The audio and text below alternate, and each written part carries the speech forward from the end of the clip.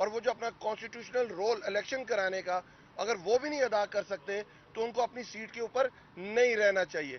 آج سلطان سکندر راجہ کو ویسے ہائی مورل گراؤنڈ جو ہم ایکسپیکٹ نہیں کرتے ان سے کہ آج انہیں خود استعفیٰ دے دینا چاہیے تھا, پر انہوں نے استعفیٰ نہیں دیا. اور جو فیڈرل گورنمنٹ نے جو پلی لی ہے کہ ہم 24 گھنٹے کے اندر اپنی سیکیورٹی فراہم نہیں کر سکتے, تو رانا ثناء اللہ صاحب اگر کوئی دہشت گرد اسلام آباد پہ حملہ کر دیں تو کیا آپ اسلام آباد کے لوگوں کو یہ عذر پیش کریں گے کہ دہشت گرد ہمیں پوچھے بغیر اسلام آباد میں آگے تھے اور ہماری تیاری نہیں تھی اس لیے ہم ان دہشت گردوں کو نہیں روک سکے؟ آپ خدارہ آپ حکومت ہیں, آپ جانے آپ حکومت میں آگے, ہمیں پتہ ہے آپ چور دروازے سے آئے ہیں, آپ کو لایا گیا ہے, آپ خود کہتے ہیں کہ ہمیں ڈرایا گیا تھا, ہمیں ڈنڈا دکھایا گیا تھا, ہمیں کہا گیا تھا ایک تقرری ہونے والی ہے, ہم سب نااہل ہو جائیں گے اس لیے ہم حکومت میں آگے. تو خدارہ آپ حکومت میں آگے ہوئے ہیں, اب آپ کا کام ہے الیکشنز کرانا, ہائی کورٹ کی ڈائریکشن ہے, کانسٹیٹیوشن آف پاکستان کی ڈائریکشن ہے. ہمارا جو ایسنس ہے لوکل گورنمنٹ سسٹم کا, جمہوریت کا, وہ کیا ہے کہ جب تک لوکل گورنمنٹ مضبوط نہیں ہوگی جمہوریت مضبوط نہیں ہوگی. تو یہ جو مذاق کیا ہے آپ نے پاکستان کے کانسٹیٹیوشن کے ساتھ, اسلام آباد کے لوگوں کے ساتھ, اور جو پاکستان کی تاریخ میں یہ واحد واقعہ ہے کہ الیکشن ڈے آ گیا, ووٹر باہر آ گیا, ووٹ ڈالنے کے لیے تیار ہے, الیکشن کمیشن اور گورنمنٹ بھاگ گئی. یہ پاکستان میں پہلی دفعہ ہوا ہے. جس طرح باقی انسٹیٹیوشنز کے ساتھ ہو رہا ہے, آج الیکشن کمیشن نے بھی وہ مذاق پاکستانیوں کے ساتھ کر دیا. تو ہماری ہائی کورٹ سے یہ استدعا ہے کہ فل فور سلطان سکندر راجہ صاحب کو ان کے عہدے سے ہٹایا جائے.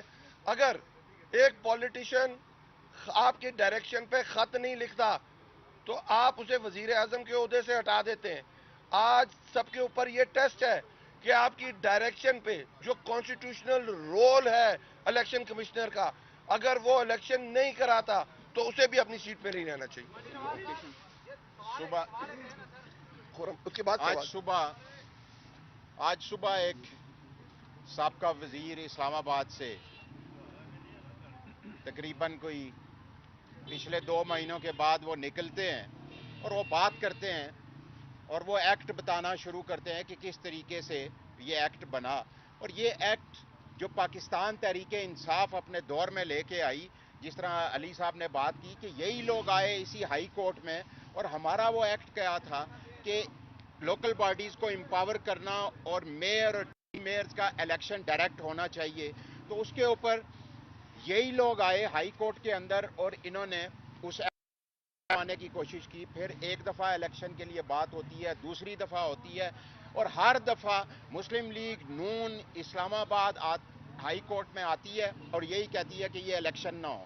اور وہ لوگ جو اپنے حلقوں میں نہیں جا سکتے, جنہوں نے اسلام آباد کے اندر کچھ کیا نہیں, اور جب پچھلا 2015 میں یہ ایکٹ مسلم لیگ نون لے کے آئی اور اس وقت جو بلدیاتی الیکشن ہوئے 2015 کے 50 یونین کونسلوں پہ اوپر, اور ایک امپورٹڈ میئر اسلام آباد کے اوپر مسلط کیا گیا, اور یہی منسٹر صاحب کی ان کے ساتھ لڑائی چلی اور 4 سال اسلام آباد کچرے کا ڈھیر بن گیا, اور اسلام آباد میں کوئی ڈیولپمنٹ کا کام, بلکہ جو ہمارا سی ڈی اے کا ایک ڈپارٹمنٹ ہے وہاں پہ ان کے پاس تنخواہیں دینے کے لیے پیسے نہیں تھی.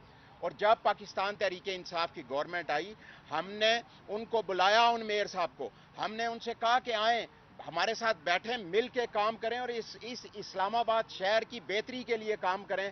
لیکن وہ اسلام آباد کی بہتری کے لیے کام نہیں کر سکے, وہ یہاں سے استعفیٰ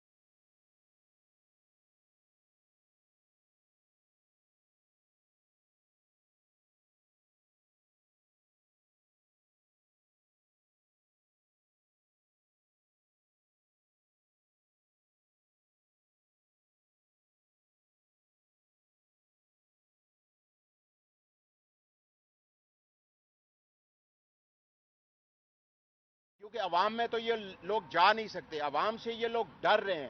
آج عوام نے, اسلام آباد کی عوام نے فیصلہ کرنا تھا, انہوں نے اپنے جو ووٹ کا استعمال کرنا تھا, لیکن آج یہ لوگ بھاگ گئے. اسلام آباد کی پچھلے 3.25 سال کے اندر پاکستان تحریک انصاف نے ڈیولپمنٹ کی. پاکستان تحریک انصاف نے یہاں کے جو ریزیڈنٹس ہیں ان کو جاب کوٹا دلوایا, سی ڈی اے کو اسٹرینتھن کیا, سیکٹورل ایریے کے اندر ڈیولپمنٹ ہوئی, دیہاتوں کے اندر ڈیولپمنٹ ہوئی, ہر پروجیکٹ کے اوپر کام ہوا. لیکن آج موصوف وزیر صاحب بڑے خوشی خوشی باہر آتے ہیں اور اپنی نوکری پکی کرتے ہیں اور جا کے فواد چودھری صاحب کو مشورے دیتے ہیں. ہم ان کو یہ مشورہ دیتے ہیں کہ باہر تو نکلو, لوگوں میں تو آؤ. اور جو پچھلے 5-10 سالوں سے آپ لوگ یہاں پہ گھوم رہے ہو, آپ نے اسلام آباد کے لوگوں کے لیے کیا کیا؟ کبھی اسمبلی کے اندر آواز اٹھائی ہو, کبھی کسی ادارے کے اندر آواز اٹھائی ہو؟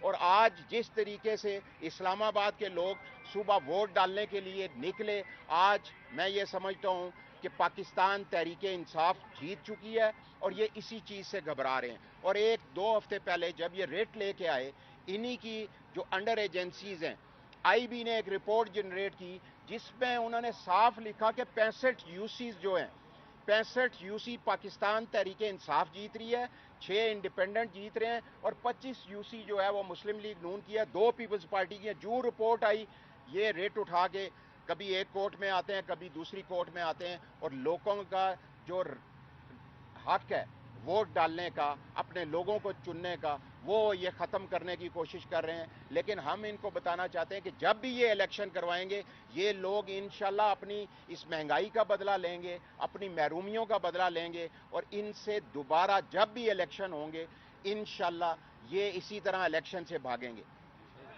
آج آپ بلدیاتی الیکشن کے لیے چیمپئن بنے ہوئے ہیں. یہ الیکشن 2020 میں ہونا تھا, اس وقت آپ کی حکومت تھی تو کیوں نہیں کروایا؟ اچھا ایک بات بتاؤں, آپ کو سوال کرنے سے پہلے تھوڑی ریسرچ کرنی چاہیے. اگر آپ کو بتاؤں کیوں میں اور خرم اس وقت لوکل گورنمنٹ میں چیئرمین الیکٹ ہوئے تھے, ہم 2016 میں ہوئے تھے. میں بتاتا جا رہا ہوں بھائی, سنا یار, سوال کر لیا, جواب تو لے لو یار. یہ 2021 فروری میں ختم ہوئے تھے, 2020 میں ختم نہیں ہوئے تھے. اس کے بعد ہم نے آرڈیننس لے کے آئے تھے, اس آرڈیننس کو اسی ہائی کورٹ کے اندر انہوں نے سٹک کروایا تھا.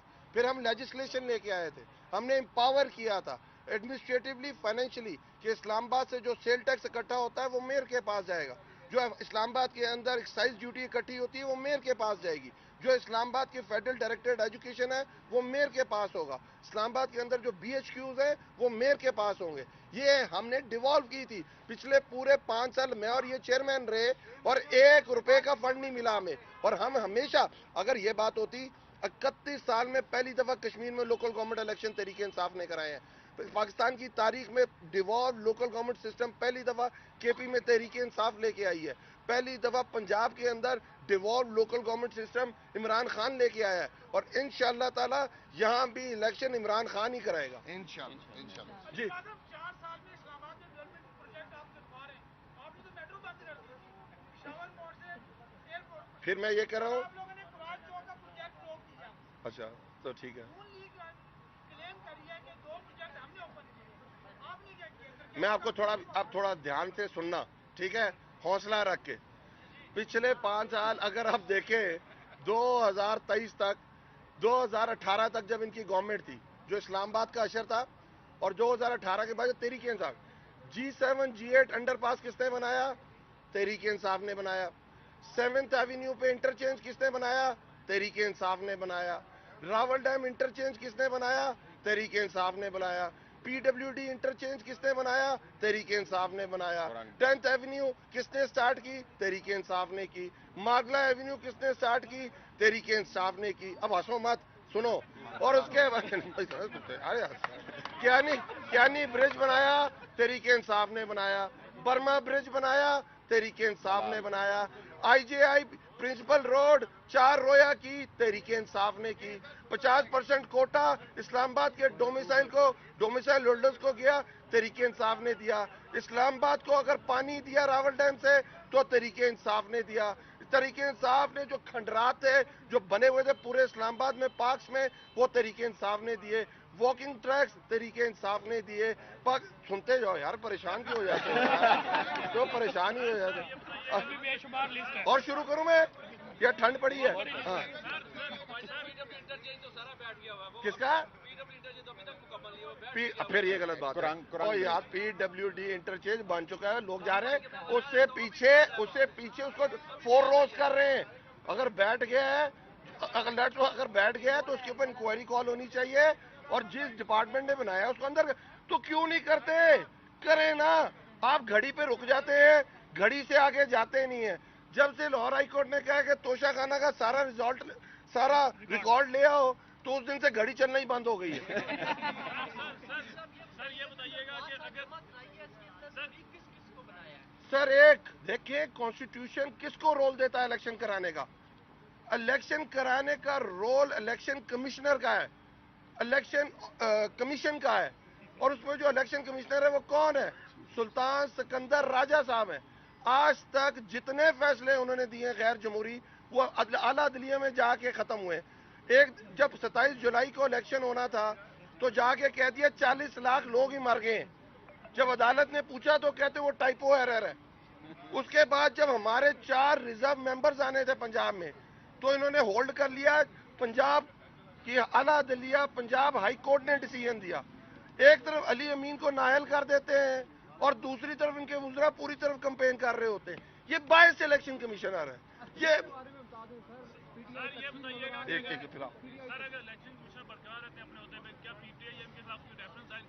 آج ہم نے یہی کہا کہ ایک الیکٹڈ وزیر اعظم خط نہ لکھنے کی بیس پہ نااہل ہو سکتا ہے, تو کیوں نہیں ایک چیف الیکشن کمشنر جو بائسڈ ہے, جو باقاعدہ شمولیت لے چکا ہوا پی ڈی ایم کے اندر, وہ کیوں نہیں نااہل ہو سکتا جو اپنی ڈیوٹی پرفارم نہیں کر رہا؟ جس کا اعلیٰ عدلیہ نے کہا ہے اپنے الیکشن کرانا ہے, سپریم کورٹ کہہ چکی ہے اپنے لوکل گورنمنٹ الیکشن کرانا ہے, وہ کیوں نہیں کرا سکتا؟ جو آپ اسلام آباد ہائی کورٹ کا ڈیسیژن بھی پڑھیں, اس کے ڈیسیژن کے اندر کیا ہے؟ انہوں نے کہا ہے کہ chief election commission will hold local government elections on 31st of December and the federal government will assist. یہ ان کی ڈیسیژن ہے.